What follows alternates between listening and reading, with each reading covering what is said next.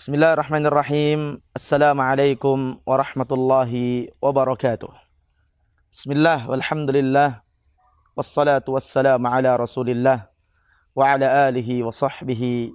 Wa man ittaba'a hudahu ila yaumil qiyamah amma ba'd. Kaum muslimin, kaum muslimat, para pemirsa dimanapun antum berada, rahimani wa rahimakumullah.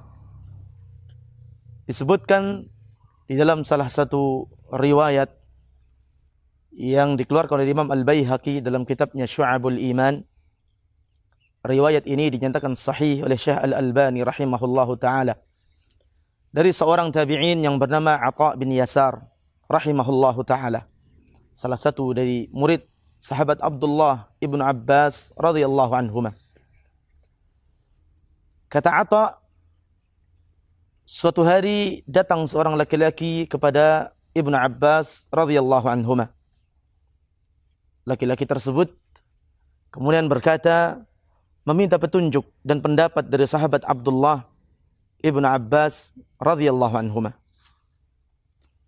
Sang laki-laki tersebut memulai pembicaraannya dengan berkata, "Inni khatabtu imra'atan fa'abat an tankihani." Wahai Ibnu Abbas, saya melamar seorang wanita, namun lamaran saya ditolak sehingga dia tidak mau menikah dengan saya. Fa khatabaha ghairi fa ahabbat an tankihahu. Namun setelah itu datang laki-laki yang lain yang juga melamar sang wanita tersebut. Ternyata lamaran dari laki-laki tersebut diterima dan dia pun memilih untuk menikah dengan laki-laki tersebut.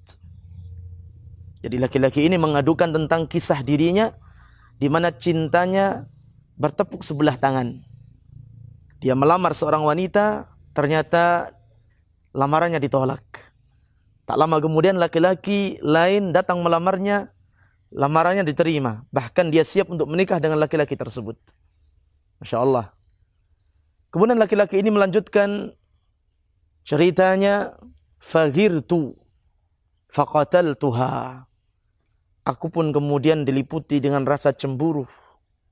Sehingga kecemburuanku ini membuat aku khilaf, melakukan kesalahan. Sampai aku membunuh si wanita tersebut. Wanita yang sebenarnya sangat dia cintai, yang sangat ingin dia menikahinya. Namun gara-gara cinta ditolak, maka kemudian dia membunuh sang wanita tersebut. Tentu ini adalah sebuah dosa. Membunuh seseorang, apalagi dia muslimah, tanpa hak, ini adalah dosa yang sangat besar. Oleh karena dia berkata, fahalli min taubatin. Apakah saya masih punya kesempatan untuk bertaubat kepada Allah, wahai Ibnu Abbas, atas kesalahan dan dosa yang pernah saya lakukan tersebut? Maka Ibnu Abbas kemudian menanyakan sebuah pertanyaan kepada laki-laki tersebut. Ibnu Abbas berkata, hal indaka ummun? Apakah kamu punya seorang ibu? Atau apakah kamu masih memiliki seorang ibu? Laki-laki tersebut menjawab, la. Tidak punya, wahai Ibnu Abbas. Artinya ibunya sudah meninggal dunia. Maka kemudian Ibnu Abbas mengatakan kepada laki-laki tersebut, tub ilallah wa taqarrab ilaihi mastata'ata. Kalau begitu, taubatlah engkau kepada Allah dengan taubatan nasuha. Lalu tambahkan dengan taubatmu dengan mengamalkan berbagai macam ketaatan yang bisa engkau amalkan kepada Allah Subhanahu wa taala sesuai dengan kemampuan. Selesai sudah jawaban dari pertanyaan yang diminta kepada sahabat Abdullah ibn Abbas. Maka kemudian Atha, murid Ibn Abbas yang mendengarkan percakapan antara Ibn Abbas dengan laki-laki penanya tersebut, bertanya kepada Ibn Abbas, wahai Ibn Abbas, kenapa engkau ketika ditanya tentang permasalahan taubat, justru engkau menanyakan apakah ibumu masih hidup? Apa alasannya? Apa maknanya? Maka sahabat Abdullah ibn Abbas radhiyallahu anhu mengatakan, inni la a'lamu amalan aqraba ila Allah min birri walidatih. Sesungguhnya aku tidak mengetahui satu amalan yang paling bisa mendekatkan seorang kepada Allah kecuali amalan tersebut adalah seorang berbakti kepada ibunya. Subhanallah. Hadis ini menunjukkan bagaimana agungnya seorang anak yang dituntut untuk senantiasa berbakti kepada ibunya. Pantas saja ketika Allah Subhanahu wa taala mewasiatkan kepada kita kaum muslimin agar kita berbakti kepada ibu kita. Allah berfirman, "Wa wassaynal insana biwalidayhi ihsana." Aku wasiatkan kepada kalian, ya, kami wasiatkan kepada kalian agar kalian berbuat ihsan kepada orang tua kalian. Bahkan sampai-sampai Allah menggandengkan keridhaannya serta kemurkaannya sesuai dengan keridhaan dan kemurkaan orang tua kita. Ridha Rabbi fi ridhal walidain wa sukhtullahi fi sukhtihima.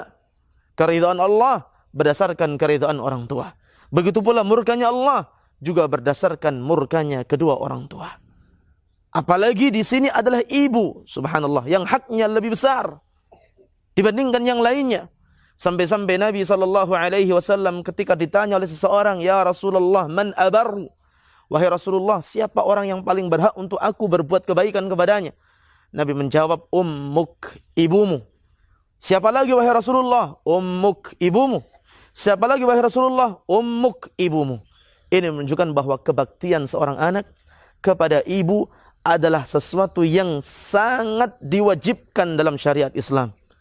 Maka mari kita berusaha menjadi anak-anak yang mengabdikan diri kita untuk senantiasa berbuat baik, berbuat ihsan, berbakti kepada orang tua kita, terkhusus ibu-ibu kita.